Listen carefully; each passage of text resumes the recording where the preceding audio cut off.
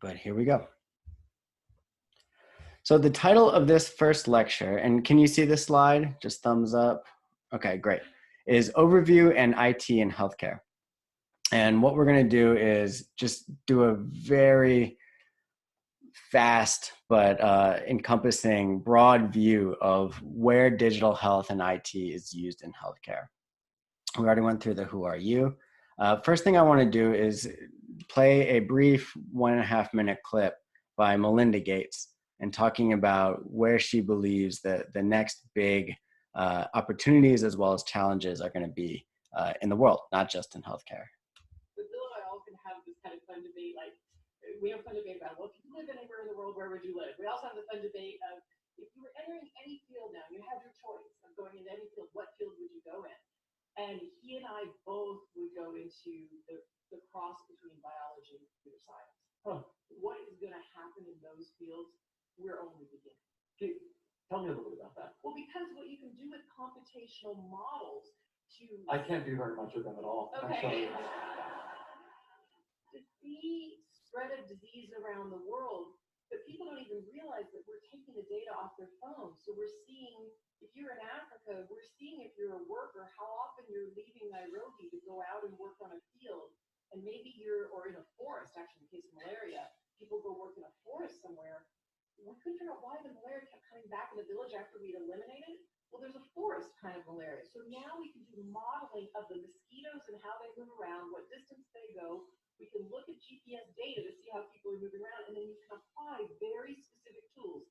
Bed nets in a certain area, malaria medicines in a certain area. Eventually, hopefully a vaccine. Eventually, you'll be able to release genetically modified mosquitoes. So just what we can do with that, that's just mathematically modeling. We haven't even done the machine learning piece on that yet. And then you cross that with the biology of what we're learning about the human body. So yeah, there's a lot of belief now that this intersection of information technology and healthcare is really the way of the future. And there's been a 42 times increase in VC funding in basically digital health since 2010. So this is really increasing exponentially. And telehealth, mobile information management are all driving the growth. And I'm sure you all have heard in the news since COVID, this has just accelerated even more. Telehealth was sort of a concept that everybody knew was going to be the future, but we didn't know when. Well, once COVID hit, telehealth really became the present. And so now there's a lot of thinking of, well, how can we now take advantage of the fact that patients are now more comfortable using digital tools, physicians are now more comfortable using digital tools, and leverage that increased comfort to make the world easier for the healthcare industry, because healthcare really, it still eats up way more money than it should, and that there's still way more inefficiency than there should be. So can digital health be the solution for that inefficiency? And I think in a lot of ways the answer is yes. One other thing, if you all could make sure you keep your cameras on, because I actually look at you all a lot just to gauge whether I'm boring you or need to sort of change tune a little bit to make sure that we stay engaged. I think that the fact that our class is only 10 people, I think really helps in being able to make sure that the learning material meets your specific needs. So by being able to look at you and see when I'm engaging you, I think we can definitely make that happen. Okay. So what are you going to learn?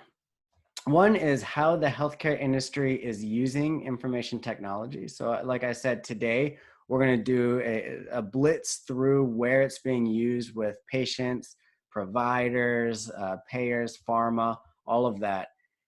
And that's going to be the first sort of section of this course. Next section is going to be how to create IT solutions yourselves. So we'll learn a little bit of HTML, CSS, JavaScript, which might sound a little bit alphabet soupy right now, but you'll become very familiar with by the end of this course. And then by the end, you're actually going to not only come up with a mock-up of what that sort of we should invent an app for this solution will look like, but then also code a basic prototype so that by the end, you'll have a working prototype that was built on code. So you'll see, hopefully, that this, while code is not the easiest thing in the world, it's also not that hard. And when taught the right way, you can definitely learn how to code fairly easily. Before I move forward, anyone want to volunteer what HTML or CSS or JavaScript is? You don't need to know any of this to go in, but if anyone has any ideas, I'd love to hear it. Yes, Michael. Well, from what I basically understood from my brother is has a lot to do with just online like website building type stuff, I think, but I don't know for sure. Yeah, I mean, it's basically how you build a website. Anyone else want to volunteer? All right, well, we'll get more into that later. Oh, go ahead, Angelo. I mean, I'm not really that familiar with coding, but I assume there are different types of coding languages. Yeah, exactly. They're different types of coding languages. And those languages all talk to each other to create a living, breathing website, right? So, and I'll get into it later, but HTML is basically what is the content. So I would write what you will learn on this slide in HTML if this were a website. CSS is how it looks. So the fact that this is the biggest font, these are smaller fonts, that's all done on CSS. And then JavaScript would be how I make stuff happen. So when I clicked that play button on the Bill and Melinda Gates page, making Melinda Gates talk would be a JavaScript. Okay. And how is some of this different than like Python or, yeah? It's a great question. So Python is a backend language. I actually use Python a lot. And Python is how you would build your algorithms. So if you want to have a bunch of data manipulated in this way or that, let's say that our data is going to be heart rate, right? And I've got a pacemaker in, and I want to do something with the fact that this pacemaker is measuring my heart rate and sort of heart patterns at any given time. Python would take that information and figure out what does a different heart rate mean based on an algorithm that I might have built on Python, and then spit that back out. So as far as the user interface would see, the output of that Python would really just probably be a number or maybe a color, right? Like I'm in the red or I'm in the green. But the average user never sees the Python. The Python is just sort of what gives them the answers that they might need. And I'll actually, when I go through some of these tools, I'll give a little bit of an overview of what part of those tools might be HTML, CSS, JavaScript, or Python. Okay, great question. All right, so talking through the syllabus, in this current lecture, we're gonna go through a lot of where digital health is used by patients, providers, payers, and producers. Your assignment at the end of this is going to be Codecademy. So I'll show you how to sign up to Codecademy and use that to learn some of your basics of HTML. As we go through each of the different categories, I'm going to have you all create idea storyboards where I'll let you Google around, find a business that you like, and then create a storyboard around that business, and then we'll present them as a class. So that'll be the group activities. After we do that, in the next lecture, we'll do a very basic introduction to coding, how you would basically go from an idea to a mock-up. And then in the next lecture, we'll talk about how to actually create a mock-up and what are some of the different frameworks that a lot of coders use to get work done. Then we're going to present our mock-ups and then choose a set of, in this case, we'll probably do 3 different mock-ups that will turn into prototypes. And then the rest of the class is going to be making those prototypes real. So we'll go through different coding exercises in HTML, CSS, and JavaScript And then we'll use those exercises to make those ideas that you might have had at the very beginning of the class into reality. Okay? Class grading, it's going to be about 15% is going to be the student contribution of those projects. 35% will be the rest of the project. So about half of your grade is going to be the final prototypes that you create. 25% is going to be that mock-up presentation. So that's essentially your midterm. There's not going to be any quizzes or anything within this course. It's going to be mostly the projects that you create. And then 25% will be class and group participation. So I really strongly believe in the importance of having this class be a discussion, not just a one-way lecture, even though I know sometimes that can be difficult on Zoom. But I'll try to create opportunities as often as possible for you all to participate. And just so you are aware of how I'm doing this, I'm basically keeping track of quality contributions during each class. And then that'll all be totaled throughout the course of the class. So if you don't happen to participate today, that's fine. Just participate more next week and you'll do fine. Okay? Any questions about how things are graded?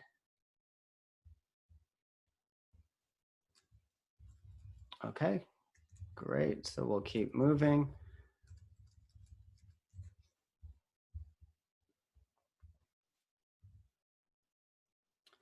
This is the basic class structure. This today will be a little bit different because we just have a lot to cover in terms of what's out there in the world. But in general, it's going to be about an hour of lecture. And then especially once you all have broken into your teams, we're going to create breakout rooms for each of those teams. And then I want to spend the majority of the class with me hopping between breakout rooms, answering questions, sort of observing who's participating and leading on the projects. Okay. So a little bit more about the group project. So it's going to involve HTML and CSS on the front end. Front end code is basically what it ends up looking like. And then on back end code, we'll do a little bit of JavaScript, maybe Python, although last time we just focused in on JavaScript. Because JavaScript can do a lot of the same things that Python can do in terms of creating inputs and then turning that into an output that is useful. And then we're also going to learn a little bit about user testing, which is really essential. I think whenever you're creating any sort of product, you got to get that out to users as early and as often as possible, because the idea is that you really can't figure it out all on your own. You need to put it in front of people and see what they say. And then one of the favorite words in the computer science field is iterate. So you just keep iterating and iterating upon what you've built until it becomes something that users actually want to use. In terms of content, the expectation will be that there's some sort of headers, texts, images, something to make it look like a website.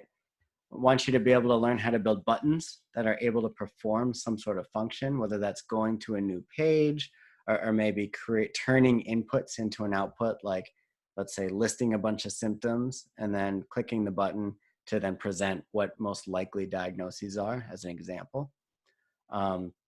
There need to actually be inputs, whether that be from the user who's using it or some sort of, you could use like a stock database.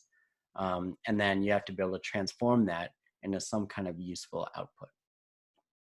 Ideally, there's also some sort of data visual that you show, whether that be a graph, an image, maybe color coding, right? Like green means good, red means bad, that sort of thing. But basically, I want to teach you how to do all of these things because these are, you'll find out that they're recurring themes throughout all sorts of digital tools that you'll see. Any questions about the group project? It's most likely going to be 3 groups of either 3 to 4, depending on who ends up sticking with the course. Okay. And for those, we can choose our own groups, or are you going to choose them for us? I can be flexible on this depending on what the class thinks, but last year, the way that it worked is everyone presented their own mock-up, and then we had class basically grading. I mean, for the most part, I did the grading, but I took into account what the different classmates said about each project and their likelihood to want to work on that project. And so the 3 projects that end up getting chosen to be a prototype, I take into account what, when you were doing the grading during the presentations, you said was a project that you'd want to work on. Does that answer your question? Yeah, so we're kind of like pitching our project to the class. Exactly.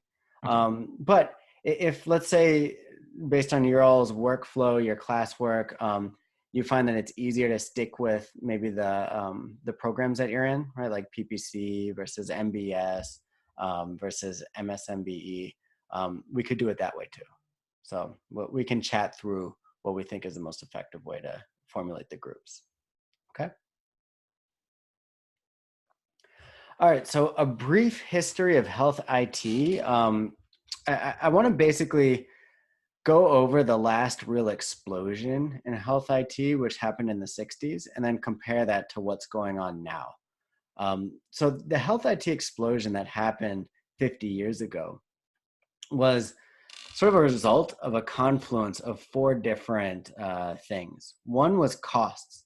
So there was a movement towards a fee-for-service model.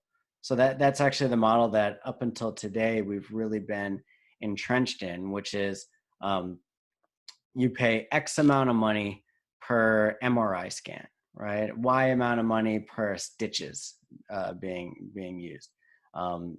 Z amount of money for brain surgery. And that's basically how things get paid.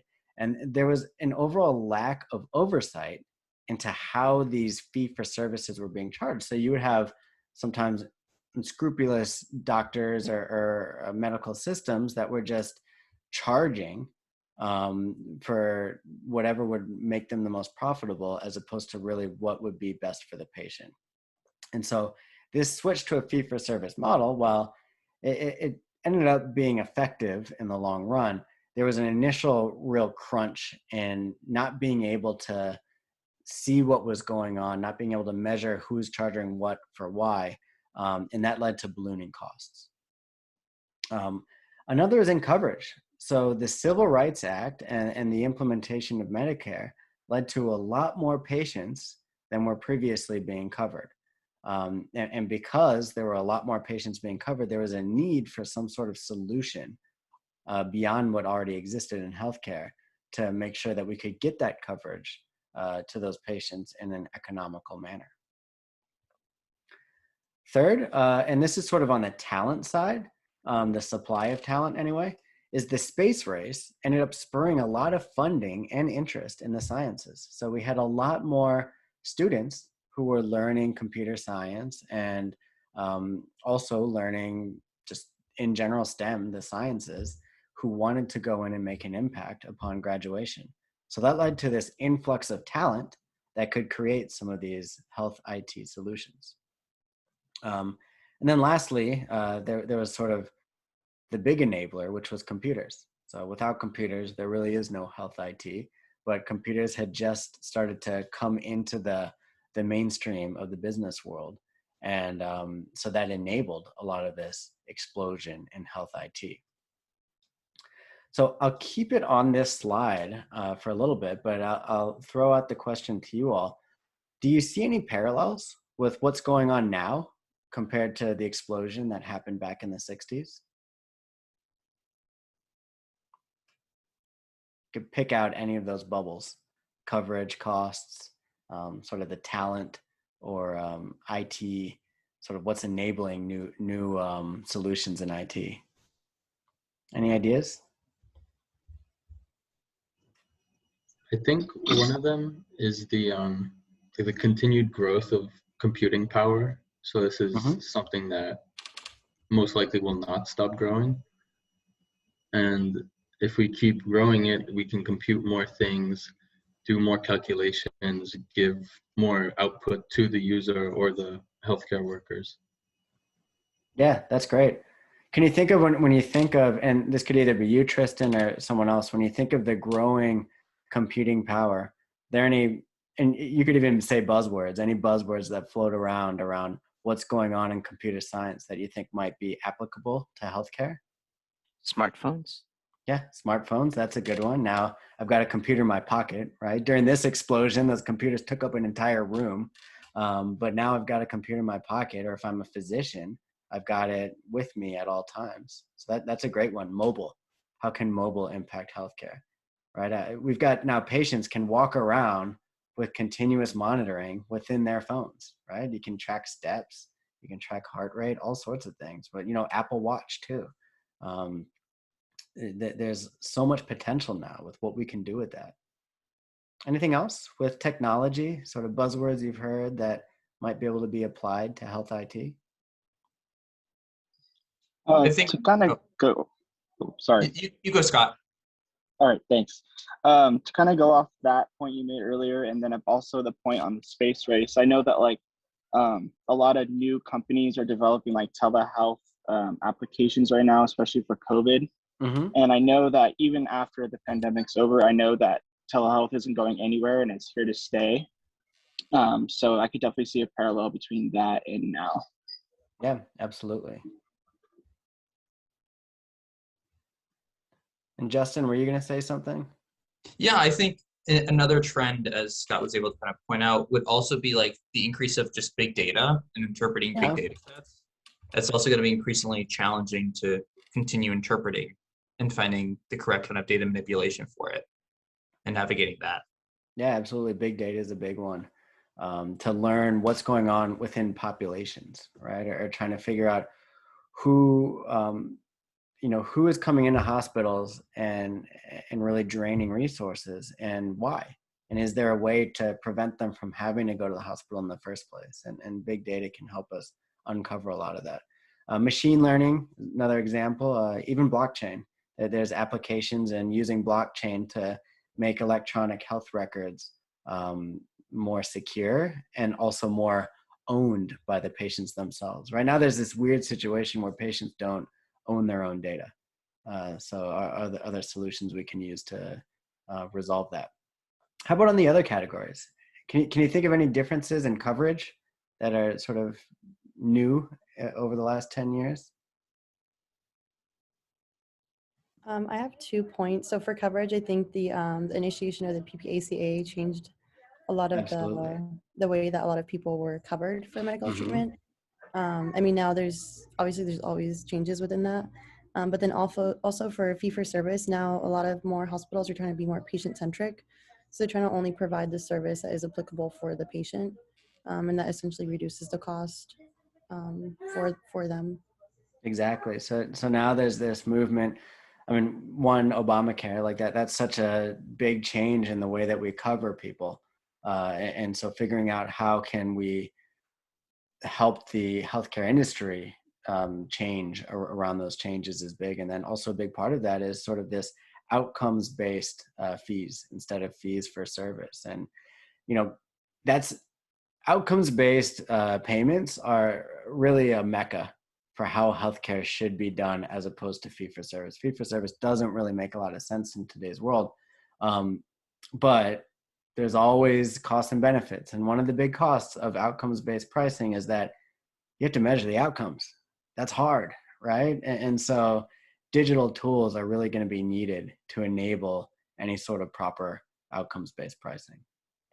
Okay. Then the other thing I'd just throw in is on the sort of space race side is I think the last 20 years have really spurred a lot of interest in computer science that didn't exist before. I think people have sort of, it's now the cool thing to do, right? A lot of students are thinking, I mean, that's the major. There's always, whenever someone's in college, there's the major that tries to kick people out, right? Because so many people want to be in that major. And it seems like nowadays that's computer science. And I would say when I was an undergrad, it wasn't that, it was economics. I think a lot of what people have seen with startups and all of that has really spurred a lot of interest in understanding IT. Okay. All right. Anything else before I move on? Yeah, I just had a question. So based on like all these kind of services in the 60s, were there any big companies that started popping up to try to be able to capitalize on some of these trends? It's a great question. I think a lot of the big the big sort of hospital systems ended up needing to embrace that to thrive. You look at companies like Kaiser Permanente. A lot of what they've become has been because of their embracing of health IT. IBM also played a big role in this. Now, obviously, IBM has a lot of business in other fields, but they've definitely been a big one. I'll get back to you though. I think that's a great question for me to talk about after doing a little bit more research over like what are the specific companies that rose out of this explosion and what happened to them, because I think that could give you all a good idea of what the future might look like for the companies that embrace the health IT explosion and today's world. So thanks for asking that question. I'll make sure I follow up on that. Yeah, thank you. Okay, I'm just going to write that down. Okay, great. So in the 2000s, it's, one other thing is costs. So healthcare spending is now approaching 15% of total GDP. If you look at the costs of consumer electronics, these things have gone down so significantly. And now it's like everyone can have a plasma, 50-inch TV for a couple $100. Well, healthcare spending actually, even when you account for price inflation, has just been getting more and more expensive. And so there's a need a real urgency to do something about it. Affordable Care Act really decreased the uninsured population, as well as put a little bit more focus on outcomes-based pricing. The internet has led to an explosion of information technology. And then you also have these EHRs and mobile have really exponentially increased the data that's available. And we're now in this situation where we have more data than we know what to do with it in healthcare. And so there's a need for people to build applications on top of that data to turn it into something useful, right? Right now, EHRs are sort of, we're putting the information in the EHRs, knowing that that can be useful at some point, but we haven't really figured out how to actually make it useful. So there's a lot of opportunities there to make these data that we're collecting become something that might actually improve patients' lives or the physicians and nurses and hospital staff that are taking care of these patients. Okay, so I'm going to talk about the healthcare ecosystem, and I'm going to talk about it in the form of the 4 Ps. It's actually, I think, usually referred to as 3 Ps, but I threw in a 4th one. So there's patients, providers, payers, and then I threw in producers. So how can we improve the lives of our patients, obviously, first and foremost, but then also the providers who take care of them, the payers who end up funding the technologies that are being used to keep them healthy, and then the producers who create those technologies. Any questions or anything that you want to make sure that I answer? I think I'm still a little confused about what providers are, because isn't that usually what payers would be? So when I refer to providers, I'm referring essentially to providers of care. So that would be a physician, a nurse, a hospital, clinics. Okay, that makes sense. Thank you.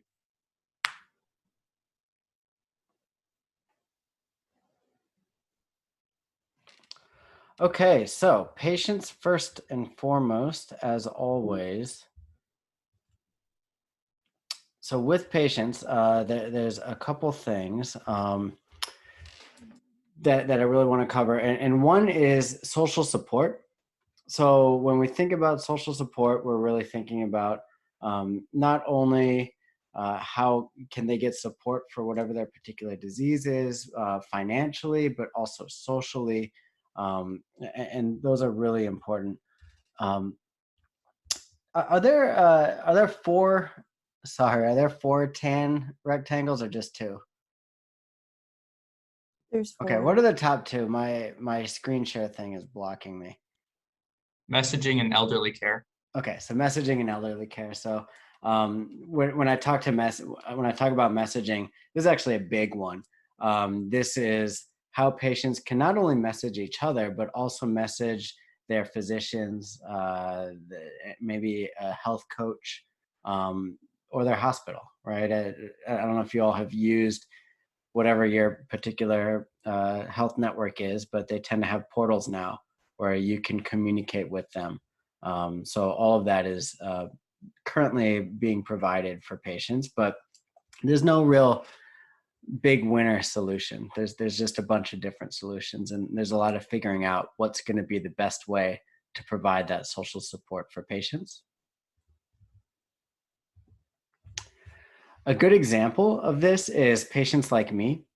So by the way, I'm creating these technology storyboards, and this is going to be something at the end of after I talk about patients. I want to have you all do a quick breakout and do a technology storyboard for a company that you might know of, or that you might find by Googling patients health IT or something like that. So once we're done with patients, I'm going to have you look at a company yourself and then fill out this storyboard, and then we can present that to the class. So start thinking about which company you might want to do for that. So the one that I'm going to show you around social support is Patients Like Me. This is a really cool company. It was founded by two brothers who had a third brother who ended up developing MS. And they realized that there were no real patient communities that were devoted to patients with MS. And so they created Patients Like Me to help their brother find support.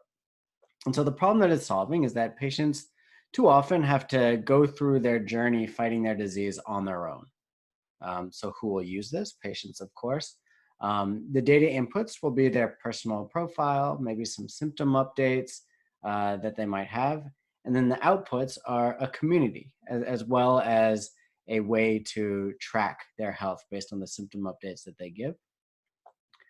So I've listed the inputs, the outputs that the application provides based on those inputs, and then storyboard. So set the scene. A patient is diagnosed and they feel alone. What happens next? They join a community for their specific disease on Patients Like Me. Then what happens? Well, they make friends. They learn about treatment. They track health progression. They might pick up a few tips and tricks from other patients who maybe were diagnosed a lot earlier and so are more expert in how to deal with their health. And then the desired outcome is that a patient feels less alone and is now more educated about how to deal with their disease. So has anyone heard of Patients Like Me? It's a pretty big company now. It's essentially a Facebook for patients. And because it's for patients, they've built a lot of healthcare specific elements on top of it that Facebook would never do.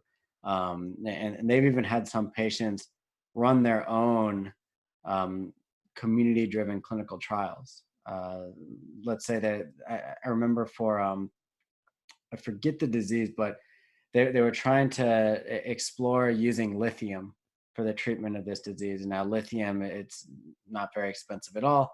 There's not really a lot of interest on the industry's part for running a multi-million-dollar clinical trial to show whether it works. So the patients just started doing it themselves. They said, who's going to use it? Who doesn't want to use it? And then let's track our symptoms, see if they get better.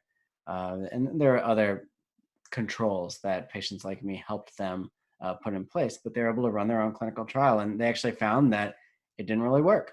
So it was a way for, even though the outcome might not have been what they wanted, it was a way for the patients to really understand and figure out on a community level whether a particular treatment that anecdotally some people have been saying might work, to figure out whether it actually works at a community level. So that's Patients Like Me. It's a platform sort of, and you'll notice this a lot, like when people try to describe health IT solutions and healthcare, they'll try to compare it to something that exists outside of healthcare. And so in this case, it's Facebook for patients, right? And we'll move on to the next one. Any questions about that? Any questions about the storyboard? Sort of what I'm going to be looking for y'all to fill out. Basically just what problem is it solving? What do you put in? What do you get out from those inputs? And then just a quick storyboard about why is it useful? What does the user journey look like? Okay, next, disease management. So here we have things like patient apps, digital therapies. We're seeing this more and more over the last, I'd say, 5 years. Particularly one area where this has really been big is in diabetes, where they've actually, and actually mental health as well, where FDA has approved what they call digital therapies, where someone might use cognitive behavioral techniques to improve someone's mental state or depression, or even some other things like OCD, using these digital tools. And they've been found in a clinical trial to be helpful. So that's been kind of cool to see, that you can actually use your phones or use some of these apps to improve the state of your disease itself. Telehealth is another big area that we've seen really explode since COVID. And this is, how can I get sort of the 90% of things that I don't need to actually go to a clinic to get done for my health, where I just need to very quickly talk to my doctor, like, check out this new mole. Is it cancer? Or, I've got this pain on my side. What might it mean? So they can they call it triage your medical care and figure out what actually requires you to go to the clinic, so that we don't have people taking time off work, spending money to travel to their nearest clinic for something that they might have just been able to handle from their phone, in their spare time. Drug adherence is another big one. So how can we ensure compliance, especially within the elderly population, to make sure that they're taking the dosages that they need? Because you might have a drug or a therapy that has been proven to work really well, but if there's not that adherence or compliance on the patient's end, it doesn't really do much. So there's this whole field of coming up with digital solutions to remind patients to take their medicines, or remind them, if they've maybe taken the right amount or wrong amount, or adjust dosage based on their current disease state or their symptoms. So there's been a lot of really cool innovations in the disease management realm. Technology that I'll go over right now as an example is Reset. And this is an addiction disease management application. So the problem that it's solving is that addiction treatment needs to be constant, right? It really is something that you need to live every day. But the way that it has been managed has been, you see a doctor every month or so, and the doctor is just sort of crossing his or her fingers, hoping that there wasn't an issue along the way. And of course, you've got Alcoholics Anonymous or Narcotics Anonymous, these daily meetings that people have found have been necessary. But Reset is a way for them to get that medical communication going on a more constant basis. So this is to be used by patients. The inputs might be some of the overall attributes of their addiction, as well as inputs in real time as they have cravings or even relapses. The outputs are cognitive behavioral therapy that has really been designed to treat addiction, and has been designed maybe and evolved around the inputs that they gave. As well, there's outputs are data that the clinician can collect and use to modify his or her advice or therapy for the given patient. So the storyboard is that a patient begins their addiction treatment. They create now their addiction profile, and they also start to enter their cravings as they start to come in real time. What happens next is that the clinician then tracks the recovery process in real time, and they adjust their therapy based on the results that they see. Finally, the desired outcome is that there are increased chances of recovery due to a more hands-on and constant therapy. And this is actually an example of a digital therapy that has been FDA approved. So that's kind of cool to see that they actually went through the entire FDA approval process and showed that there was a significant improvement in addiction treatment success when using this app. Any questions about that?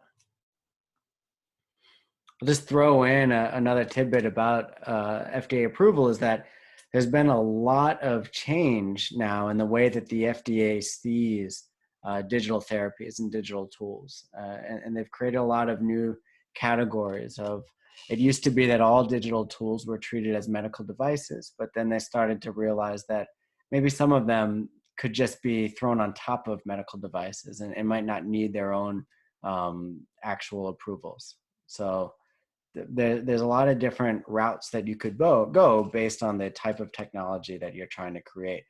You could imagine that if you want a digital tool that might modulate an infusion pump, right? So you're actually using the data inputs to create dosages that the infusion pump is pumping into a patient. That's obviously very critical. And that's something that you would need to go through your full clinical trials and FDA approval for. But let's say that it's just a better way of displaying the data output of a pacemaker to a physician. The FDA has now come out with guidance saying that that might not require a full approval as long as you're not significantly manipulating the data, but you're just showing it in a more convenient way.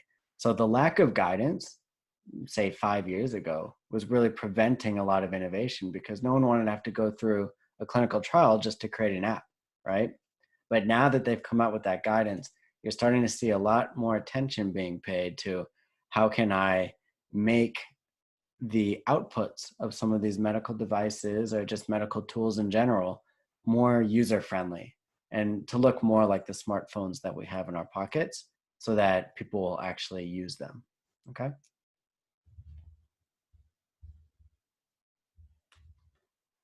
Okay, next up, Internet of Things. So I know that that's something that a few of you had mentioned was something that you're interested in.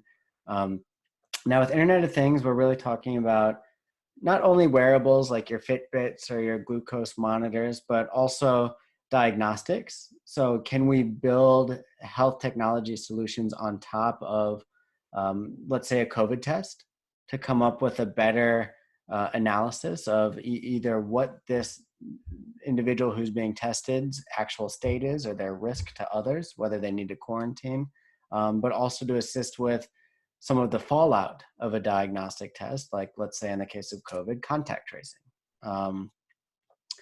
Next is also monitoring. So of course, a patient who's, let's say in the ICU, they're hooked up to all sorts of wires, all sorts of monitors, and there's a big movement within health IT to try to figure out more convenient ways or dashboards that certain people can use to look at all of that data that's being created.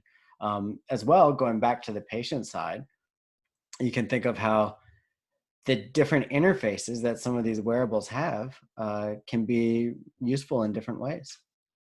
And I'll show you one of those right now.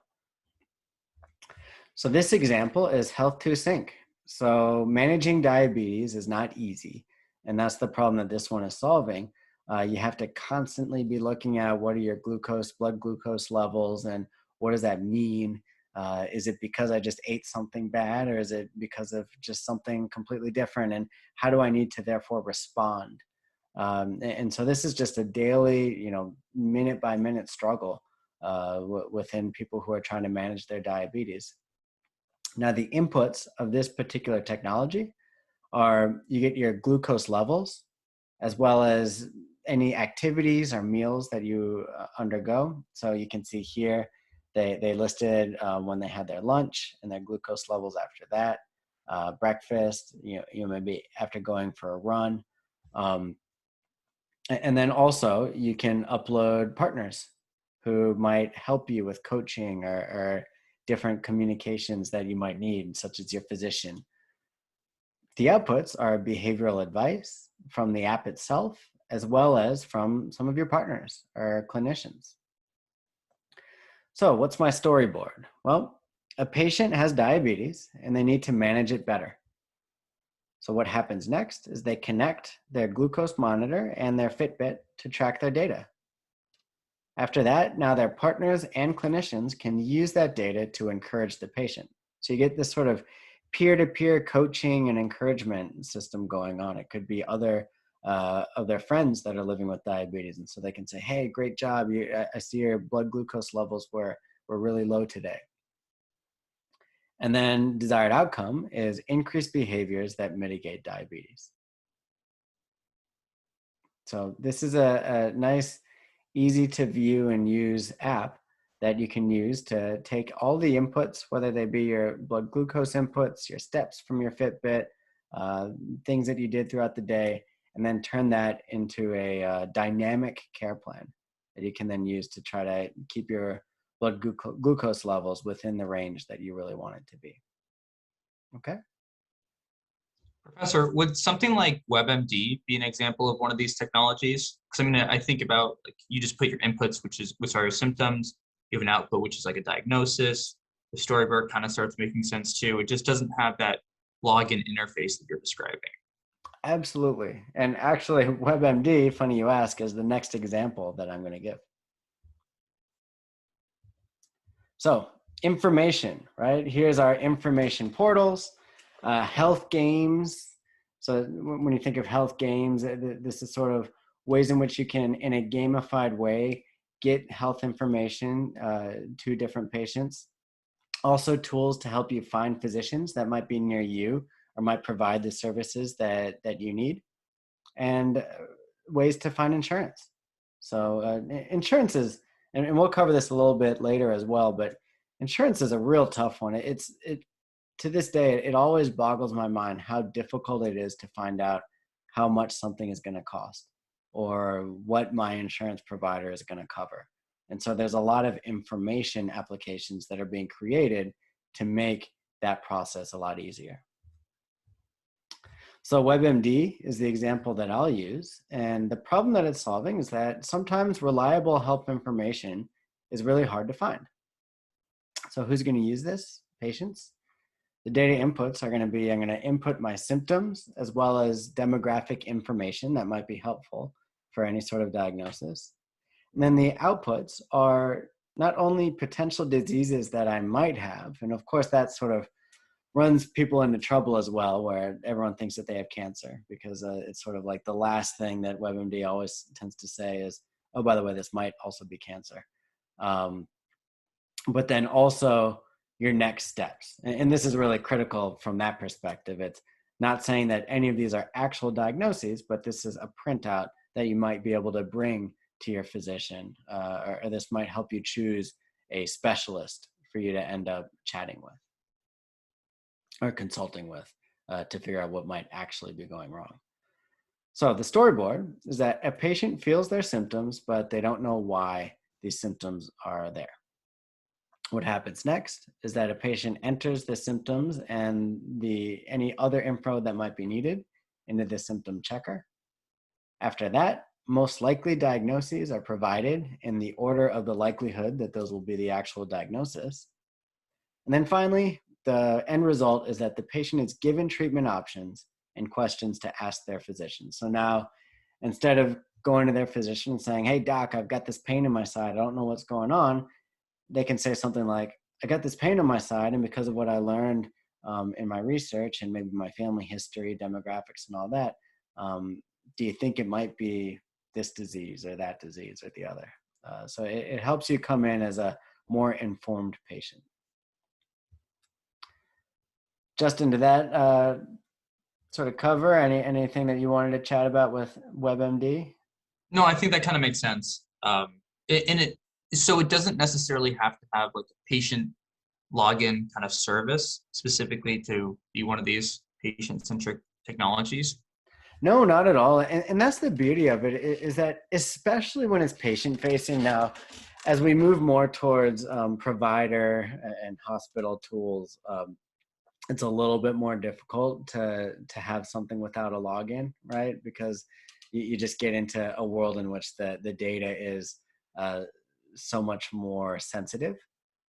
But with the patient-facing stuff, I think a lot of these developers, what they're finding is that the less friction there is for the patient to make use of it, the more likely the patients are to actually use it. And so that's why WebMD has sort of been able to survive and thrive for so long, is because all I have to do is Google something, and then WebMD is the result that comes up, right? So the less friction that you have, definitely the better. Now, apps are kind of convenient because they can send me notifications and they can integrate more into other things that I'm doing on my phone. But with an app, someone's got to download it, right? And not everyone, I mean, not even I don't really use any health apps, right? So I think there's been a struggle sometimes on the patient side of some of these people can build these really cool apps, but unless a patient's doctor is specifically telling them, hey, I want you to use this app, no one really has time for it, you know? So uptake has really been the biggest challenge within the patient-facing app world. That makes sense. Thank you. Okay, finally, data. So when we talk about data, we're talking about how do we really input patient data and make it useful for people who might be able to develop therapies or solutions on top of that data. Blockchain is a really interesting area here because it might enable patients to store their data securely without sort of giving that data away to some data warehouse that's housing that information. EHR platforms, this is a big one. So there's entire venture capital funds that are built around only focusing on technical solutions that make EHR, and that's electronic health records, more readable and easier to use. So that's been a huge focus lately as well. So I'll show you Emblema. So this is a blockchain-based company, and the problem that they're solving is that patients don't own their own health data. So the inputs that they take are health records, as well as activity tracker and behavioral data. And then what they provide in return is compensation whenever data is uploaded and securely shared. So patients will put their health data onto this platform, and it's sort of decentralized on a blockchain. And whenever that data is used by researchers or physicians who want to use it, they will directly pay the patients for that data. The current situation with data is essentially you have these huge data warehouses, EHR companies that own patients' data, and they charge for it. It's something that not a lot of people know about, but it's true. It's these companies, once they have the data, they say, well, we took all the time to gather this and put it all in one place. And so we should be able to sell it for whatever we want. And so a lot of patients don't know that their data is being used in this way, and they find out about it and they think, well, wait a minute, this is my data. I should be able to sell it if I want. But the idea of having each individual patient sell their data is also kind of a headache inducing, right? Because now suddenly someone who needs to use it for legitimate research purposes would have to pay each individual patient individually. And so that doesn't make a lot of sense either. So with some of these blockchain companies, they're trying to figure out ways that patients could automatically get paid whenever their data is used, no questions asked. So I find Emblema to be an interesting company in that sense. So you get compensation whenever your data is used as the output. The storyboard is that a patient might upload their health records and activity tracker data onto Emblema. A patient then chooses settings of how they want to share it. So they can choose who they want to share it with, or maybe they can do like a blanket, hey, I'll share it with anyone, as long as they're doing it for XYZ reason, or as long as they're willing to pay whatever the reason might be that the patient is okay sharing for. And then tokens are provided to access healthcare services, and patients are now in control of their health data, and they can spend these tokens however they want. They could use it maybe to get their genome sequenced, or to pay for healthcare services that they might not otherwise have had covered by their insurance providers. Okay. So I've got this Google form link. I'm going to paste it in the chat. Actually, I need to exit out of here in order to do that.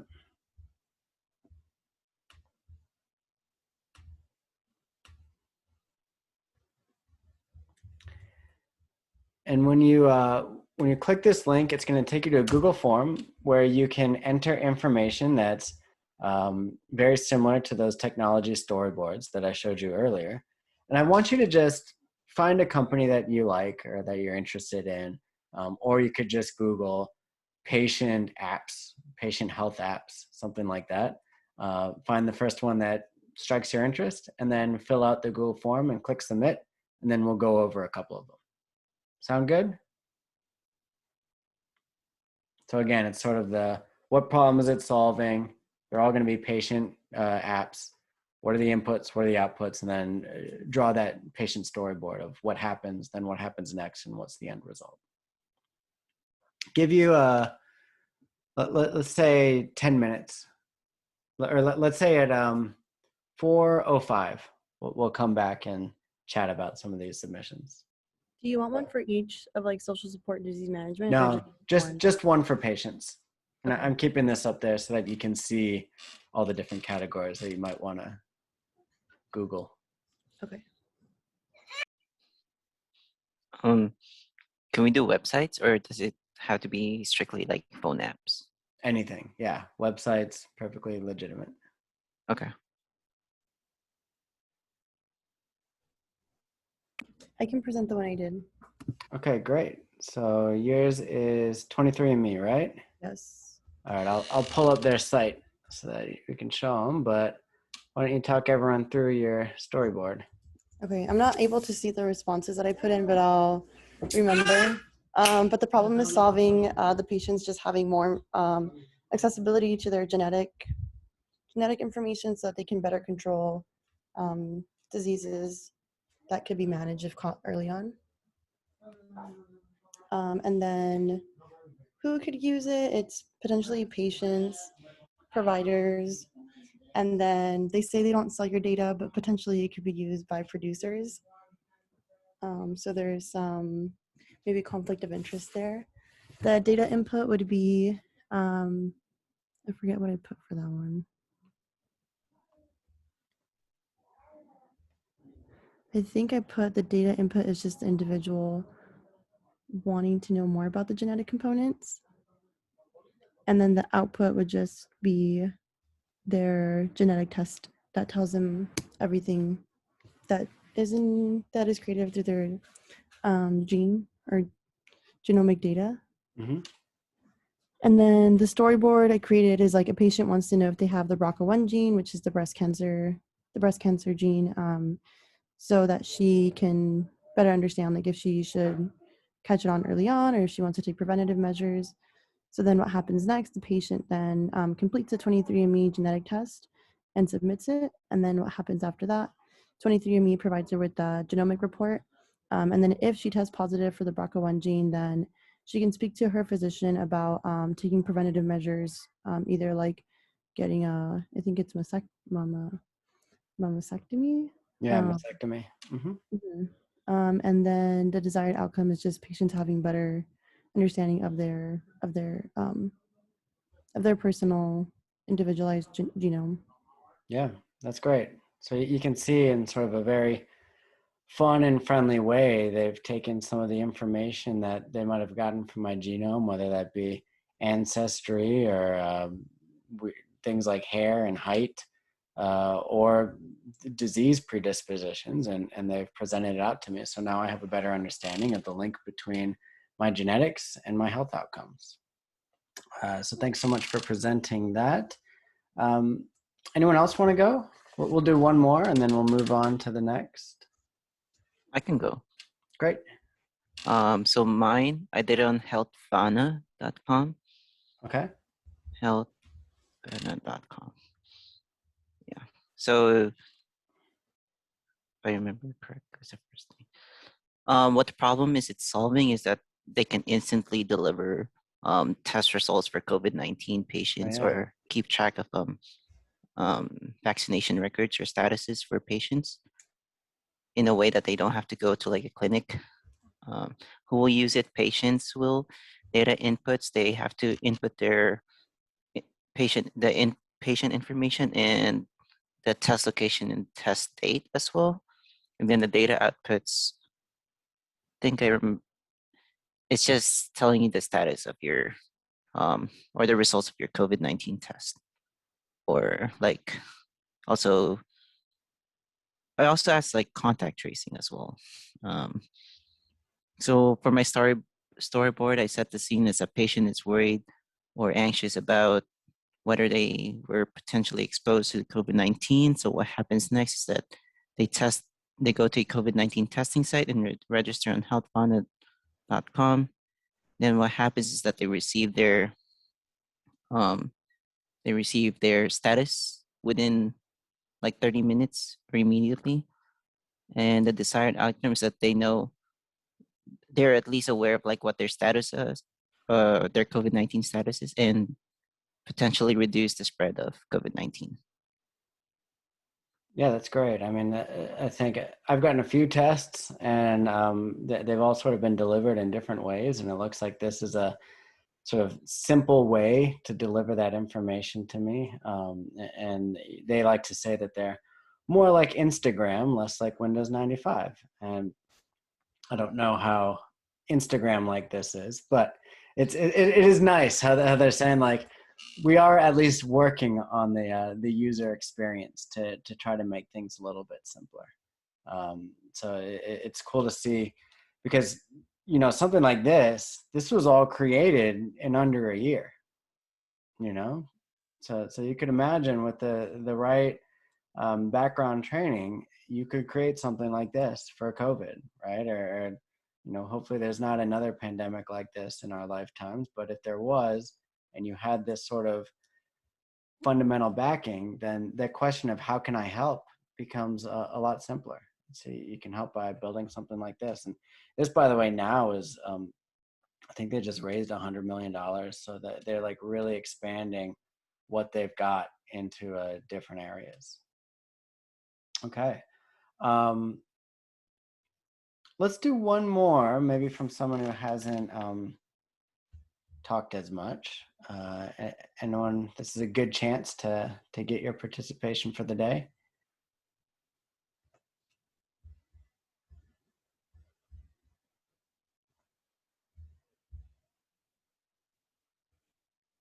I'm kind of curious about this mobile MIM. John, do you want to talk about that? Sure. So mobile MIM or mobile MIM, it's pretty much remote access for medical imaging files. Mm-hmm. And it's supposed to be, and they advertise it as secure. And so I guess it could be used by patients or providers. So the providers can have it on their iPad instead of like in the hospital room. They could go like, it could be anywhere. It could be used for telehealth. They could send it to their patient. So what I said was, in my storyboard was a patient was worried about having a tumor, was sent to this hospital's radiology department. After the imaging, they received their files on the MIM application. And then it was also sent to their doctor as well. They received a diagnosis regarding their tumor status, and the patient wanted to get a second opinion. And so they also were able to send it to another doctor who was in agreement with the first one, and they began their treatment. Yeah, that's really cool. And I like how you sort of took it to the next level, right? It's not just a way for me to view my own scans, but now that I've got it in a very easy to use, on my phone that I'm using every day, I can now share that with other physicians, and that could be very helpful for a second opinion, as opposed to me having to figure out a way to get them to give me the printouts and then hope that I don't lose them or anything like that. And then of course, this is probably going to be higher resolution from a printout as well. So that's great. A very clear way that mobile technology can be used to make the world of medical imaging a lot more manageable, and then in turn help save patients, right? I mean, the ability to get an easy second opinion is that can be the difference between life and death for someone in a certain situation. Cool. So, any other volunteers, or should I move on to providers? All right, we'll move on to providers.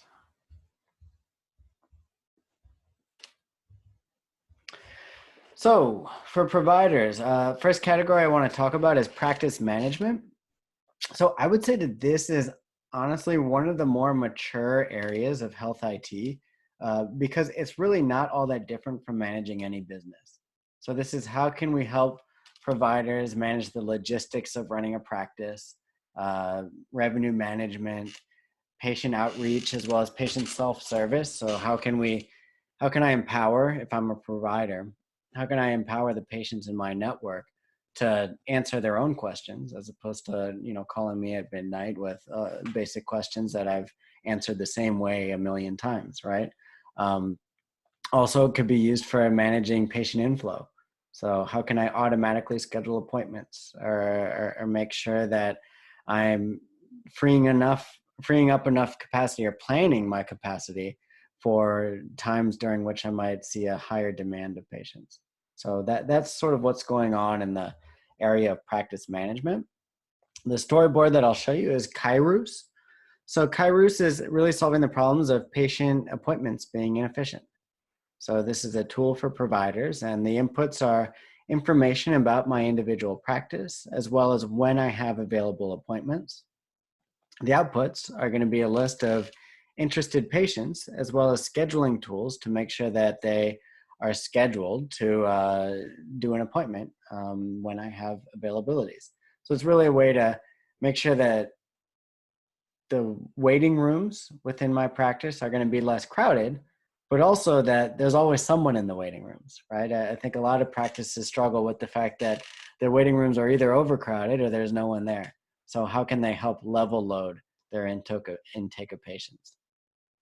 So my storyboard, the scene is that a physician practice needs a better way to interact with their patients. So they input their practice information onto Kairos, and then patients end up finding their practice and booking appointments.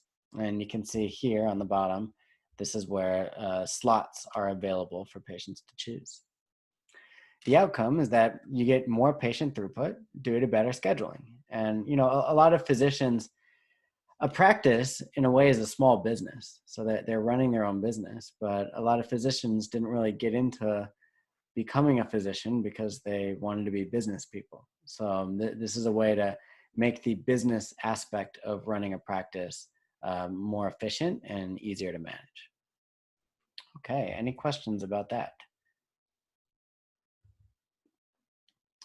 So next we'll go back to telemedicine because this is something that really is being adopted heavily by providers, especially nowadays in a post-COVID world. So here we're talking about virtual care. So how can I either have the conversation that the patient needs to have about the pain in their side or the new mole purely virtually, as opposed to having to do that in person, and all the logistical hassle that goes along with doing that in person. 2, patient apps. So ways for me to extend my practice. And you'll notice there's some overlap here with some of the apps that I showed you for patients, where sometimes it's useful for a patient to be able to better manage their disease through a digital therapy or patient app, but that really helps the providers too. So you'll see that a lot of these providers will engage with some of these apps and use them for their entire network of patients. Remote monitoring and drug adherence, that's also something that a physician's going to be interested in, because if they just stop at writing a prescription, they're not getting the full picture, and that they can't be assured that that's going to help their patients get better. That they really need to be able to figure out how to monitor what's going on after the patient leaves that appointment, and make sure that they're doing what they need to do in order to get healthier. Good example here is SnapMD. So the problem that SnapMD is trying to solve is that in-person medical attention isn't always needed. There's oftentimes a lot that we can do before the patient even gets into a hospital or clinic. So this is a tool that's used by providers. It's sort of an all-encompassing tool that not only it takes inputs of patient availability, physician availability, so that's that scheduling aspect, but also medical data, and then uses all of that information that a physician might be dealing with in their patient interaction, and use that to create a live interaction that is fed by analytics so that it can be as effective as possible. So when I'm talking with the patient, I've sort of got all of their information that I need to know about overlaid, and also sent to me in advance of that conversation so that I know what I really need to be focusing on in those conversations. So that this is sort of a way to turn that physician into like a superhuman, right? Or at least they're augmented in what they can do for the patients by the data that's included in SnapMD. So the storyboard is that a physician wants to expand their telemedicine practice. So they create a profile that shows their capabilities as well as their availability on SnapMD. And then patients will schedule virtual appointments with that physician. And those virtual appointments end up leading to more throughput as well as more efficient patient care. And SnapMD, they were actually just acquired, I believe, for $200 million. And I think they've been around maybe 4 or 5 years. So it's these tools that they're being built up relatively quickly, and a lot of the existing legacy players, the health networks, and the big EHR systems that are out there, they're finding that they need more tools like this in order to really operate effectively in the 21st century. And so that's why you're seeing a lot of investment going into this field.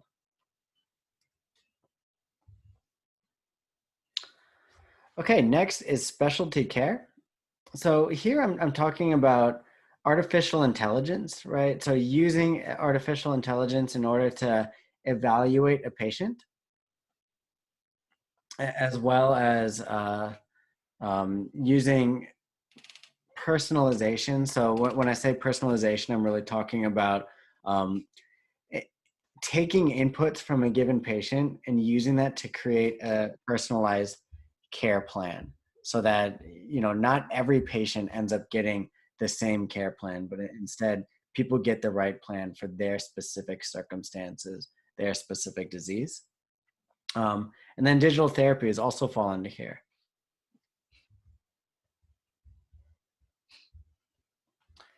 So here I'll show you Viz.ai. So the problem that Viz.ai is trying to solve is that process delays and just trying to figure out what's going on with a given patient can actually lead to patient deaths. And this is really especially the case in situations where you have stroke or heart problems, where you really have a patient in a critical situation. So your inputs here are patient information as well as the brain scans and status updates. And the outputs are that you're able to really detect potential diseases very quickly and use messaging to coordinate care teams. So a storyboard is that the neurosurgery department wants to improve their patient flow so they can catch problems very quickly. Patients will upload a brain scan to the platform, and the platform will use what they've learned from previous brain scans as well as their AI system that they've built up to detect abnormalities and then immediately make recommendations to the care team. So the result is that patients are giving life-saving surgeries sooner and survival is increased. So rather than having a given brain scan just sort of sit on someone's desk waiting for analysis, you can get it into the system immediately, have people look at it, give whatever inputs within the care team are required, and then the platform itself has a little bit of intelligence based off of previous scans that it's seen to be able to flag alerts and let people know right away that, hey, someone might need to go in immediately for surgery. So you can see here on the user experience, you've got these automatic notifications that go to care team members. You have the ability to upload these brain scans. And then you also have here a list of what's happened. So let's say I'm the surgeon, I can see, oh, the pathologist has already done something, or the NIHSS, which is a result that I require in order to start my part of the care team plan, has been completed, and the result is 25, right, in this specific example. So it helps make sure that people are all under the same understanding with where a given patient is and whose turn it is to do their step within the care plan.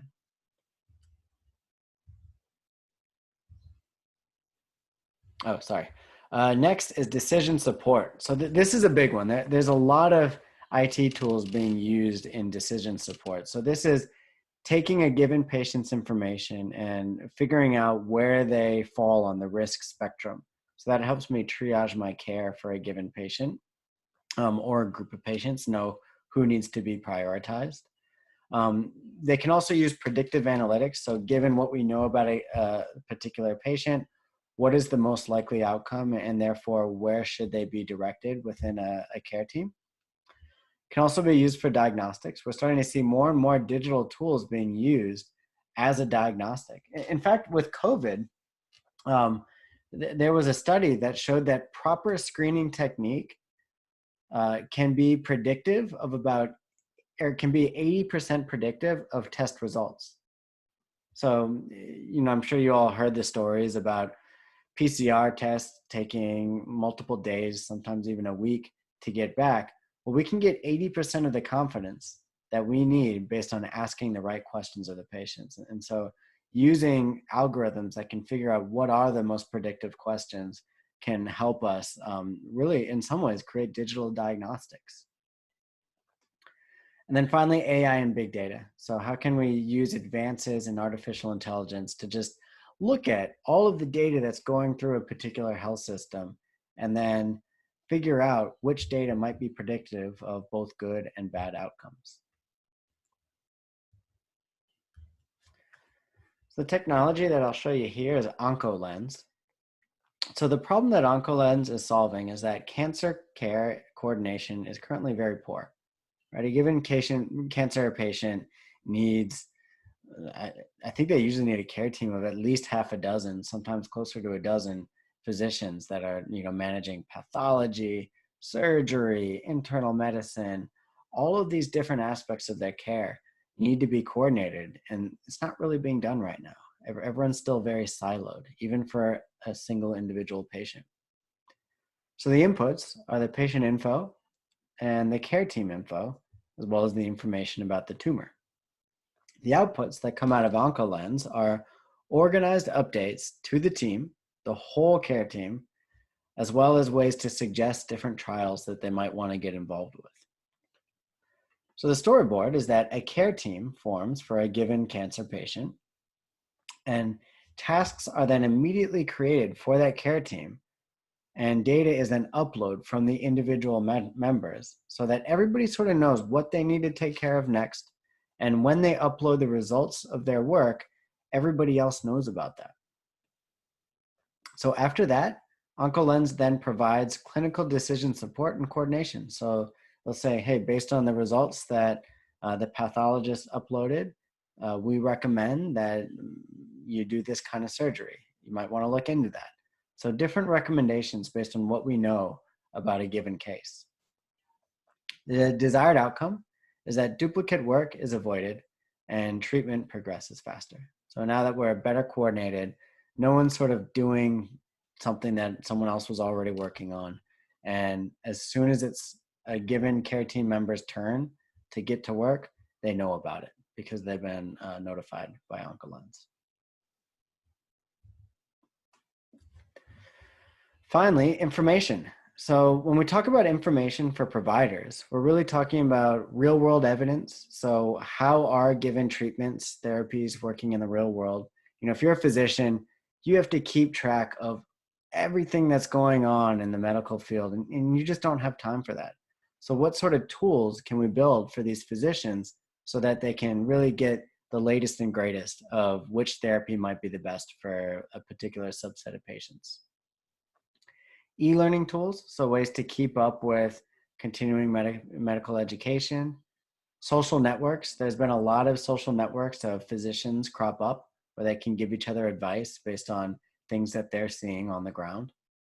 And then EHR platforms. So better ways to use electronic health records so that we move away from that death by 10,000 clicks scenario and we move towards an electronic system that can make the workflow for given physicians much easier. So the storyboard I'll show you here is GibLib. GibLib is actually a company that's based in LA, and they call themselves the YouTube for surgeons. And the problem that they're solving is that there really is no centralized place for you to find surgery videos. So just videos of surgeries that you can use to train or familiarize yourself with what needs to happen. So the data inputs are people upload videos of surgeries. They also upload VR videos that they might have made. And surgeons input different attributes. You know, what are they interested in? What are the majority of the surgeries that they might already do or that they want to learn? And then the data outputs are not only the videos to help people learn, but also continuing medical education training. So it's a more efficient way for doctors to be able to view a surgery, sometimes in virtual reality, and then get their education credits for doing so. So the storyboard is that a surgeon signs up for access to surgery training. They can then view all of these curated training videos that have been vetted by other surgeons. And then the surgeon earns their credits. So as an outcome, surgeons now have a more centralized and curated location to do their training online. And then of course, an offshoot of that is, you know, who would ever want to be operated upon by a surgeon that hasn't been properly trained, or maybe it's their first surgery and they've only had the chance to shadow a couple surgeries, but they just sort of got called up to do it. This is a way to just make sure that they've got as much stimulating information about the surgery that didn't come from a textbook as possible. Okay, so let's go into that same link and look for some tools that are being developed for physicians. I don't mind starting. Okay, let's hear it. So the one that I did based on Medscape. Medscape. Okay. And the problem that they were tackling is that literature and treatments are being updated every day. So it's hard to be able to kind of stay up to date with a lot of the current literature. This is mostly for providers. Some of the inputs include news articles from 34 different health fields, clinical reference information on drugs, videos, and tutorials on how to practice. Some of the outputs include the literature searches and proper execution and indication for drugs and treatments. The storyboard 1, so setting the scene, is where a cardiologist has a patient with a rare disorder and is unsure about how to progress. What happens next is that a physician uses Medscape in order to be able to search for recent papers with other patients who have very similar rare diseases. What happens next is that the patient, the physician makes an informed decision based on the patient's history and based on the research to be able to diagnose and treat the patient. And the desired outcome is that the diagnosis and the treatment is correct and the patient fully recovers.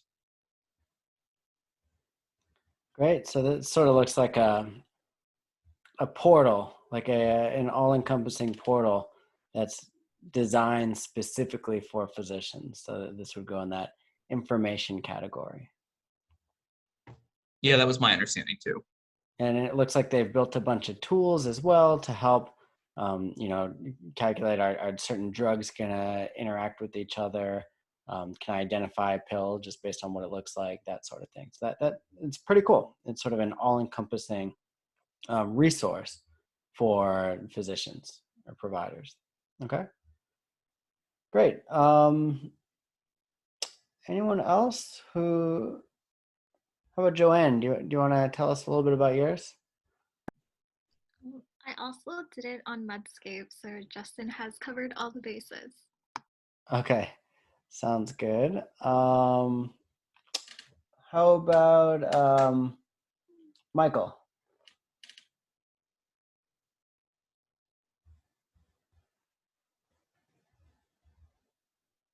I think you're on mute.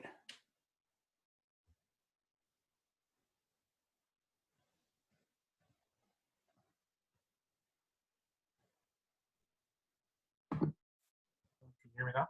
Yes. Sorry, I was cutting out there for a little bit. What was the question? Oh, do you want to present your submission? Oh yeah, sure. Mine was a website, kind of like a patient management called I think it was Follow My Health, and it's just like a website to keep track of all the different like the patient history and all the medications someone's on, and then it's useful for like practices where someone were to come in and see it, like to a practice and see a different doctor than what the doctor they usually would come into. Mm-hmm. This would give all the patient information in one place, and then anyone within the practice is able to actually update the medical record and like kind of all in one place there. Great. Yeah. So again, it's sort of a lot of these provider tools are how can we have everything in one place, which it definitely provides an opportunity because so much in the medical industry is siloed, right? That no one's really talking to each other. But at the same time, it does make those provider tools a little bit more difficult to create because you really do have to, they call it soup to nuts, right? You have to cover every aspect, or a lot of hospitals won't want to partner with your tool. So that's definitely what Follow My Health does in a lot of ways. Okay, anyone else want to present theirs?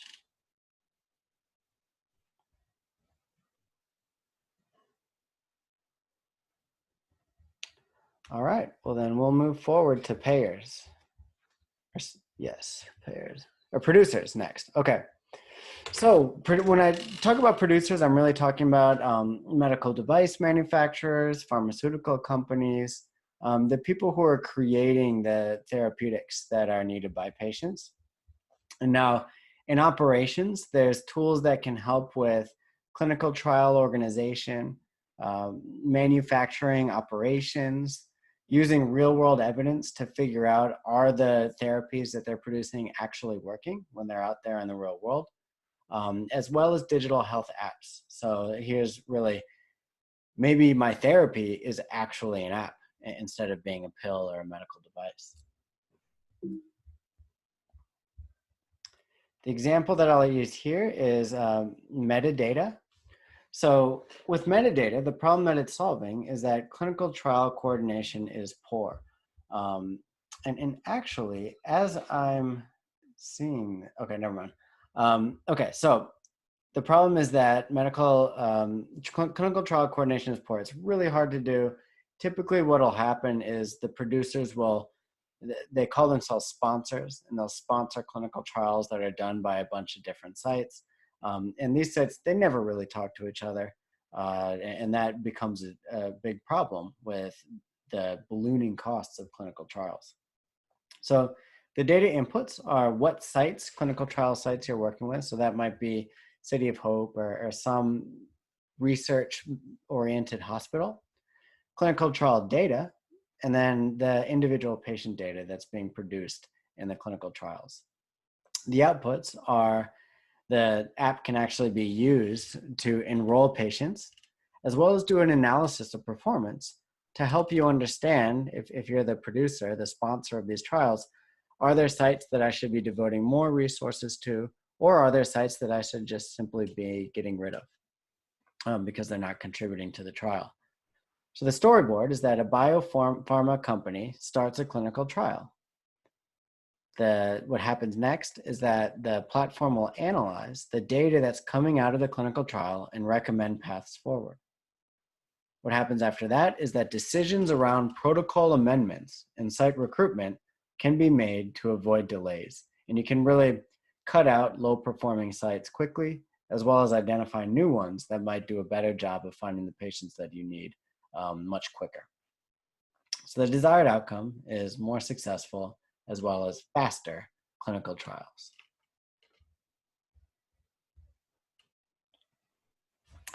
The next category is the beyond the pill. So I think a few of you actually mentioned this at the very beginning when I was asking what you want to get out of this, but sort of when we talk about Internet of Things, going to not only just the Internet of the pill itself and using that to help with counterfeiting, but then also sort of how do we follow up and ensure compliance of taking that drug? How can we develop digital therapies as well as better ways to engage patients who are using the products that are being produced by these producers? An example here is ForCare, and this is an app that was developed by Novartis, and it really addresses the difficulty of managing a chronic illness, right? That this becomes a lifelong thing that people need to deal with, and ways to make it easier would be very welcome, not only by the patients, but also by the companies that are treating them. So the inputs are patient info, prescription info, as well as any health data that's associated with these patients. And then the outputs are notifications, letting people know, hey, your prescription is ready to pick up.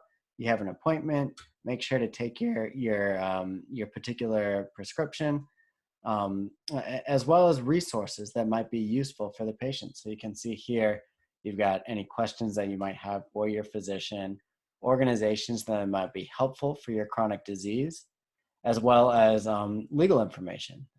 In this case, HIPAA, which is what's dealing with patient privacy, is a big question a lot of patients have, and this app can direct them towards resources that could be helpful. ForCare also provides alerts and guidance that can help them throughout the life cycle of their treatment, and the result is that patients are more adherent and also less confused during their patient journey. So here you can imagine the therapy is really doing the bulk of the work in terms of helping that patient get better. But if you're just giving them the therapy, a lot of patients can feel lost and also not really necessarily use the treatment in the way intended. So ForCare was an app that was developed to help them with that. Diagnostics. So digital IT tools could be used in order to supplement diagnostic producers. So in this case, we have things like behavioral apps that can help diagnose a mental illness and help really result in better treatment moving forward, as well as mobile devices that might be able to listen to different outputs that I'm outputting, either whether that's based on my activity, peaks and troughs in the amount of activity that I'm putting out, glucose data, heart rate data, sleep data, things like that, as well as Internet of Things. So here's where we're really talking about how can we use wearables or IT implementations on top of medical devices to get information out there to help with a patient's treatment journey. So an example I'll give here is an app called ResApp, and this is for patients with respiratory illnesses. And the problem that it is addressing is that respiratory diagnosis isn't done at home, right? You have to go into a physician's office in order to get that diagnosis. The inputs are the patient's information, as well as a patient just simply breathing into the microphone of their app. And when they do that, the output can be both a respiratory diagnosis through the app, as well as a connection to a clinician who can provide more supplementary information about problems that they're having with their respiration. So going back to the storyboard, setting the scene, the patient thinks that they may have a respiratory issue and they download the app. What happens next is that a patient enters their information and then they just breathe into the microphone.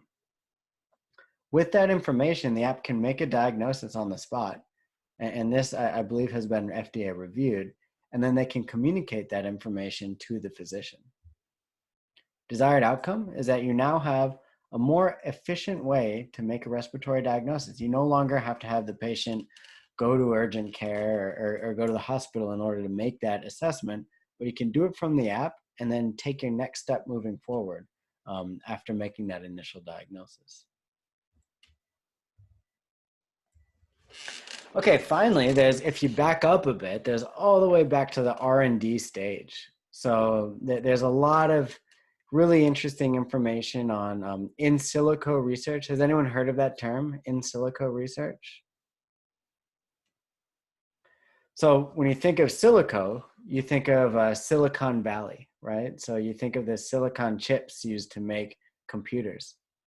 And in silico research is essentially just a fancy term for doing analysis on a potential drug target on a computer. So have you heard of like in vitro versus in vivo research? So you think of there, you have in vivo is actually in the living being, in vitro might be in a petri dish. Well, now you can add another whole category called in silico, which is maybe the first thing you do, which is analyze millions, even billions of compounds on a computer database against what might work for the target that you're looking to create a drug for.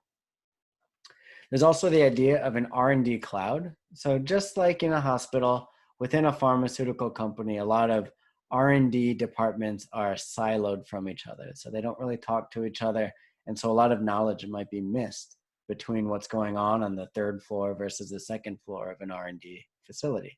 So creating a cloud platform where they can all talk to each other can be very helpful and make that R&D process more effective.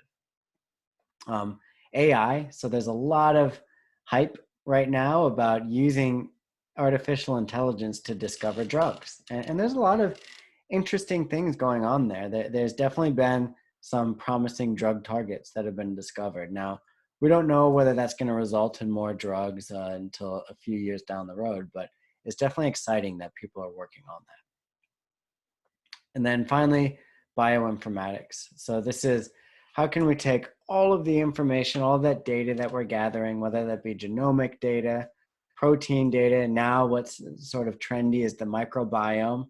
So there's so much going on in there that we don't understand. How can we make sense of it? So using IT tools to help scientists do that. So here I'm showing you Schrodinger. So the problem that Schrodinger is solving is that drug discovery is both siloed and inefficient. A lot of people don't talk to each other. You hear often about the 90% failure rate in clinical trials. Well, it's even higher. It's sort of a 99% failure rate from compounds that you might be working on that actually make it to a clinical trial. So many research scientists, the highlight of their entire career is working on a compound that makes it into a clinical trial. So not even necessarily that it's approved as a drug, but that it's just made it into a clinical trial. And so Schrodinger helps make that process more efficient. So your inputs might be that you have different drug targets that you want to look at, as well as the desired characteristics that you want the drugs for those targets to have. The outputs are they use artificial intelligence, machine learning to identify lead compounds that you might want to work on further. They can also use it to assess the properties or the potential of lead compounds that you've already identified as a research scientist. So the storyboard, setting the scene, a company wants to develop a next generation drug. So in the app, they input target mechanism as well as the desired properties of the drug that they want. The platform then returns a list of top potential compounds that might impact that target. The outcome is that you have a more efficient and thorough lead optimization process. So you're still going to do the high throughput screening that you might have originally done to figure out what works, but this platform just helps you choose targets. So it's not necessarily machine replacing human, but it's more machine empowering the human to make more efficient decisions. Does that make sense?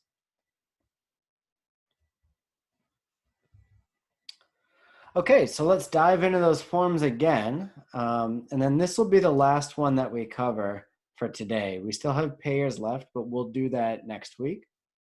But if you all could come up with a few tools that are being used in any of these categories, and then we'll present them, and then we'll start to wrap up the class.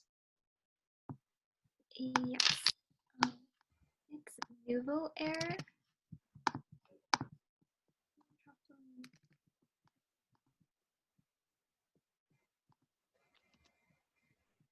Okay, Nouveau Air. All right, I'm pulling it down right now.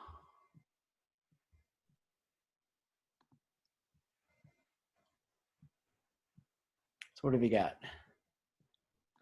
So essentially what the problem is solving is like, I guess during the, like clinical trials, if you were able to like track patients from home instead, like maybe this is a product that y'all can use. So you would put in patient's information and the patient's care team information as well, and then it would the outputs would be tracking to see if the treatment provided to the patients in the trial is working, or if there's any like changes then that would require immediate attention, then the app would also signal that to the patient's care team as well. So to set the scene, then that's kind of what I mentioned about like if you were able to track the patient from home instead of renting a facility for the clinical trials. And then if the results from the clinical trial is effective, then you can continue on the next steps for the drug production. Great. Yeah, I think being able to manage clinical trials from home is huge. Historically, I would say 95% of clinical trials have been done with patients who live in cosmopolitan areas, usually a higher income level that might be within the network of a UCLA Medical Center, USC, Cedars-Sinai, City of Hope, right? And so being able to reach other communities, right? Even within California, let's say you want to reach people in Bakersfield, right? It's a lot harder to do with clinical trials, but with something like Nouveau Air, you might be able to do that. And so not only will that make your clinical trials more streamlined, but it will also really make them more equitable in some ways, because you're now suddenly able to reach a much broader patient population. Thanks so much for that one. That's a good example. Okay, what else? Let's do one more. I think we got pretty good participation from everyone, so anyone who wants to present theirs can go, and then we'll wrap it up.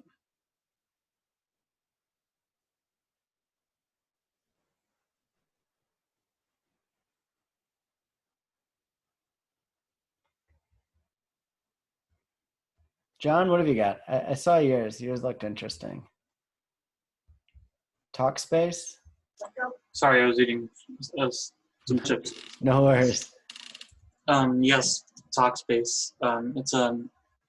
It's pretty much digital therapy or online therapy. Mm-hmm. So the story that I set up was with the whole COVID-19 pandemic, anxiety in patient has risen, just with the threat of getting sick, loved ones, uncertainty, and a whole bunch of stuff, anything. And they want to get help, and they want to have someone to talk to, a professional.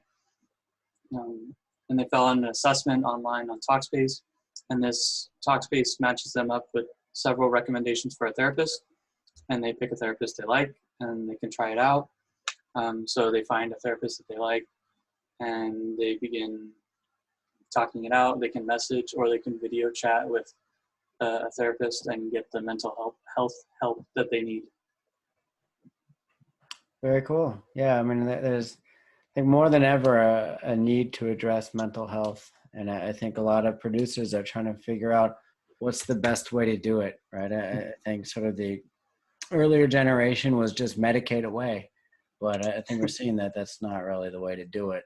And so figuring out, well, how can we help people fight their mental health struggles in a less medicated and maybe more sort of community-oriented manner that it can really be beneficial. So good example there. Okay, so we only have 5 minutes left, so we'll save payers for later. but I just wanted to talk a little bit about the assignment. So first thing is I have a PDF upload. It's Lean Startup Chapter 6. I'll give you 2 weeks to complete that one, and we'll talk about that in Lecture 3. But what I really want you to focus on is creating your account on Codecademy. So I've got the link here. I am going to paste it into the chat so that you've got it on you. But it'll also be in Sakai, so you can use Sakai to access Codecademy. And it's basically this Learn HTML segment. And I think you'll like Codecademy. It's very easy to use.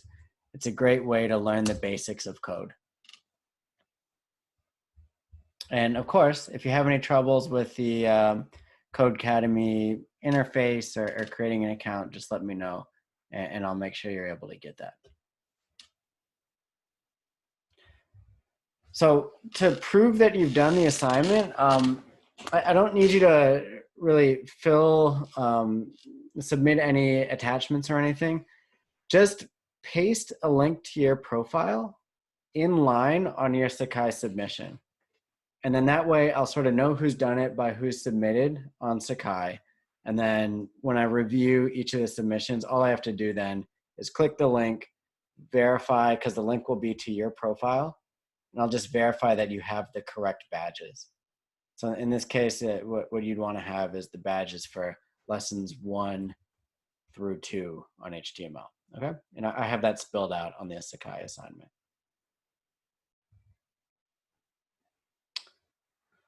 Okay, so that pretty much covers it for today.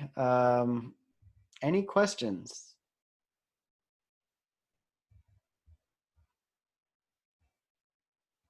Okay. Wait, great. just to Yes. clarify for the assignment, so we have 2 assignments due next week. It's the Lean 6. Sorry, Lean 6. Start. Wait, that one. Yeah, Hold so on. it's the Lean Startup Chapter 6. I want you to get started on that, but I'll make the assignment due by Lecture 3 instead of Lecture 2. Okay. Oh, okay. What I want you to do is focus on the Codecademy HTML, and you'll see that there's a lot of Codecademy to do throughout the course. And honestly, get ahead of it. I would say, like the lessons there, they don't take that long. And I think the earlier that you're prepared, the easier it's going to be to build that prototype. Okay. Okay. So yeah, this is just sort of what I learned from last year. Is I think the earlier you get a head start on the coding stuff, the better off you'll be. And then I'm very available. There's actually an office hour sign up on the Sakai site, so you can use that to sign up for different slots on the office hours. I believe I set my availability for Wednesday and Friday, and let me know if there's other times outside of the times that I gave you that you need, and I'll try to make it work. Okay. All right. Thanks so much. Enjoy the rest of your night. Thank you. Thank you, Professor. Thank you.